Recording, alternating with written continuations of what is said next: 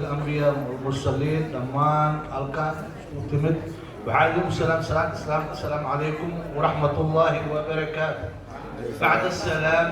سؤال شنو ندير يعني وحيه عقبضاها وين كهستا بعروانك محيه انت هذا كان افرم قرمي الى ان هذا waxaan ku soo koobnay ilaa 8 qodob kow waxaan dhaynay in haweenka ku jira baarlamaanka waxa lagu tiriyaa kuwa aan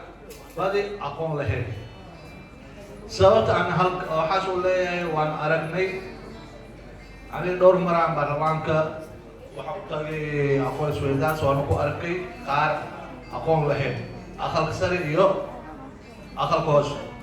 midda labaad haweenka ku jira baarlamaanka kuma laha go'aan awood qaadasho sababto ay tahay waxay tahay fursad lama siiya ay go'aan ku gaari karaan saddex waxaan leeyahay in haweenka aqoonta leh door muhiim ah laga siiyo baarlamaanka sababto ay tahay maanta uma aragno haween aqoon leh waa ku yar yihiin inkastoo ay ku jiraan qaara ku yar waxaan jecelnahay in aqoontooda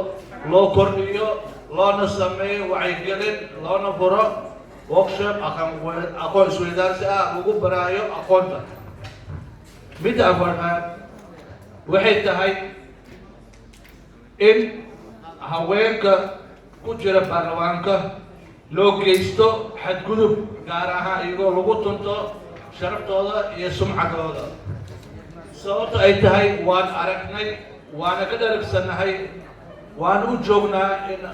mar waqti kasta haweenka xaqooda ama sharaftooda lagu tunto midda kale haweenka laga soo doorto haweenka laga soo doorto deegaankooda aysan degin sababto ay tahay ayagoo ka cabsanaayo in xabsi la geliyo gaar ahaan kuwa walaalaheena Somaliland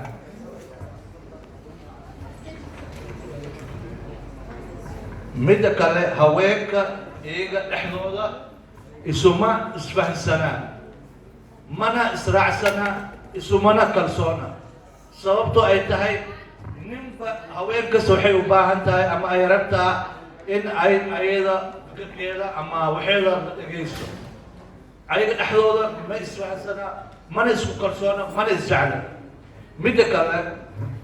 caqabadaha kale waxay tahay in haweenka aysan ka shaqaynaynin baarlamaanka iyagoo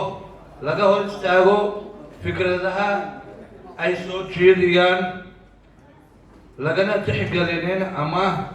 laga hor istaago waxyaabaha ay bulshada mar walba ama waqti kasta ay raba inay kusoo kordhiyaan mustaqbalka wabillahi tawfiiq wassalaamu calaykum waraxmatullaahi